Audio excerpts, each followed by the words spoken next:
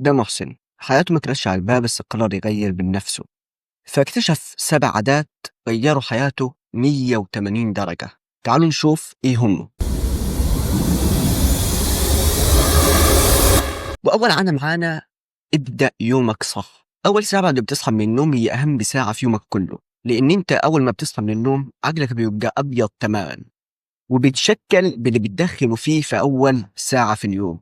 طب تعمل إيه في الساعة دي؟ هو السؤال ممكن يكون ما تعملش إيه. وأول حاجة إياك تعملها في أول ساعة في يومك إنك تمسك الموبايل وتدخل على تطبيقات السوشيال ميديا اللي كل منشور بيجيب منشور وتقعد سكرول طول اليوم. وفي كذا حل عشان تقاوم الموضوع ده. أحد الحلول إن أنت ممكن تمسح تطبيقات السوشيال ميديا قبل ما تنام وتنزلها بعد ما تصحى بساعة أو ساعتين لو احتجتها، غالبا مش هتحتاجها. وتاني حل إنك ما تحطش الموبايل قريب منك وأنت نايم، لأنك لو صحيت ولقيته جنبك هتمسكه بدون تفكير. في واحد اسمه أليكس ديموزي بيقول إن أنت المفروض أول ما تصحى من النوم على طول تشتغل، لأن ده بيديك دوبامين كويس علشان حسيت بالإنجاز ولو كانت مهمة صغيرة. وعن تجربة شخصية، في يوم صحيت الساعة 5 حليت شوية مسائل فيزياء، كملت باقي اليوم. المذاكرة كانت سهلة وشيء بسيط وبدون أي صعوبة. والعادة التانية: قلل السوشيال ميديا. مش هقول لك بطل السوشيال ميديا خالص، بس هقول لك تابع اللي يستحق إنك تتابعه. السوشيال ميديا فيها الوحش وفيها الكويس، تقدر انت تخلي نفسك مع الوحش وتقدر تخلي نفسك مع الكويس.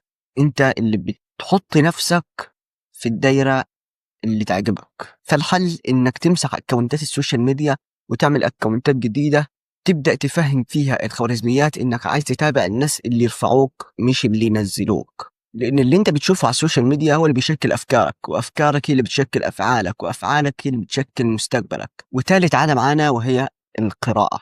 خليني أقول لك 4 أسباب يخلوك تقرأ. أول سبب وهو توسيع المدارك والمعارف. القراءة فعليا بتخليك تعيش مئات الحيوات في حياة واحدة بس. زي مثلا لما بتقرأ رواية بتبني تصور للشخصيات والأماكن والأحداث. لو تقرأ كتاب علمي بتبدأ تربط بين الأفكار والمعلومات. وتاني سبب هو تحسين اللغة. أيا كانت اللغة اللي بتقرأ بيها فالقراءة بتثري مفردات اللغة دي بشكل لا يصدق. وثالث سبب هو الهروب الإيجابي. الموضوع يبان غريب شوية، هروب وإيجابي مش راكبة، بس خليني أشرح لك الموضوع ببساطة. معظمنا لما يتحط تحت ضغط أو يتعرض لإحباط بيهرب للسوشيال ميديا، بس تخيل معايا إنك تهرب للقراءة. حاجة رائعة جدا، بس ما تخافش، القراءة هتفسحك في عوالم كتير مش هتزهق. ورابع سبب معنا هو تحفيز الإبداع. وخليني أقول لك مقولة قالها ستيف جوبز: الإبداع هو مجرد ربط الأشياء ببعضها. وخليني أقول لك كمان القراءة هي اللي بتديك الأشياء دي عشان تربطها. فبما أن الإبداع ينتج عن ربط الأشياء والقراءة تعطيك الأشياء، إذا القراءة تنتج الإبداع. وكنا عملنا فيديو قبل كده اسمه 7 أسباب يخلوك تقرأ، اتكلمنا فيه عن ال4 أسباب دول بالتفصيل وشوية حاجات تاني، فأنصحك تروح تشوفه بعد الفيديو ده. ورابع عادة معانا وهي الاهتمام بالصحة. مش محتاج أكلمك كتير في النقطة دي، لأن الرسول صلى الله عليه وسلم قال: نعمتان مغبون فيهما كثير من الناس، الصحة والفراغ. وناس كتير ما بتقدرش قيمة الصحة إلا لما بتضيع. طب خلاص احنا عرفنا أهمية الصحة، طب الكيفية. الكيفية بتنقسم لجزئين: إنك تبطل وإنك تبدأ. تبطل أي حاجة بتضرك وتبدأ أي حاجة بتفيدك، زي إنك تروح الجيم أو تتمشى، الجارية، كل ده حاجات بتفيد الصحة. وطبعا الأكل الصحي وبعد الأكل المضر. وقبل ما نكمل ما تنساش تشترك في القناة وتفعل زر الجرس عشان يوصلك كل جديد. يلا بينا نكمل. خامس عادة وهي تدوين الأفكار. هي قاعدة بسيطة جدا بس ممكن تضاعف إنتاجيتك بشكل لا يصدق. المبدعين والناجحين كلهم متفقين على أهمية تدوين الأفكار. طب ليه القاعدة دي مهمة جدا؟ انت غالبا لما بتجيلك فكرة بتقول عمري ما هنساها، بس بتيجي بعد ساعة أو ساعتين بتفتكر بس من الفكرة إنها كانت حلوة، لأن انت سجلتها في الذاكرة المؤقتة مش الدائمة. بس لو كتبتها على ورق أو في أي مكان انت بتسجل فيه أفكارك عمرك ما هتنساها. حتى ممكن ما تحتاجش ترجع للورقة دي اللي انت كتب فيها أفكارك، انت خلاص افتكرتهم بمجرد انت كتبتهم.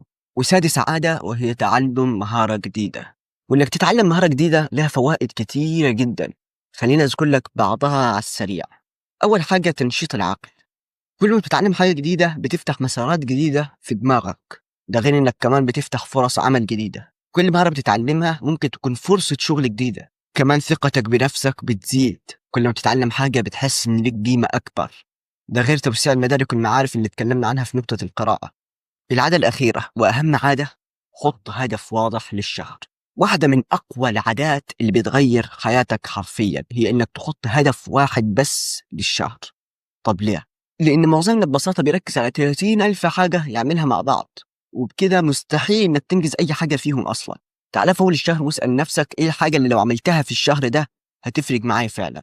اكتب الهدف ده في ورق أو في نوت على الموبايل، وراجع نفسك آخر الشهر شوف أنت أنجزت الحاجة دي ولا لأ. ممكن أديك أمثلة زي إنك تخلص كتاب أو كتابين أو 3 كتب في الشهر، أو إنك تتعلم مهارة جديدة زي إنك توصل من A2 ل B1 في الإنجليزي مثلا. وبس كده، أتمنى الفيديو يكون عجبك. ما تنساش تشوف فيديو 7 أسباب يخلوك تقرأ. سلام.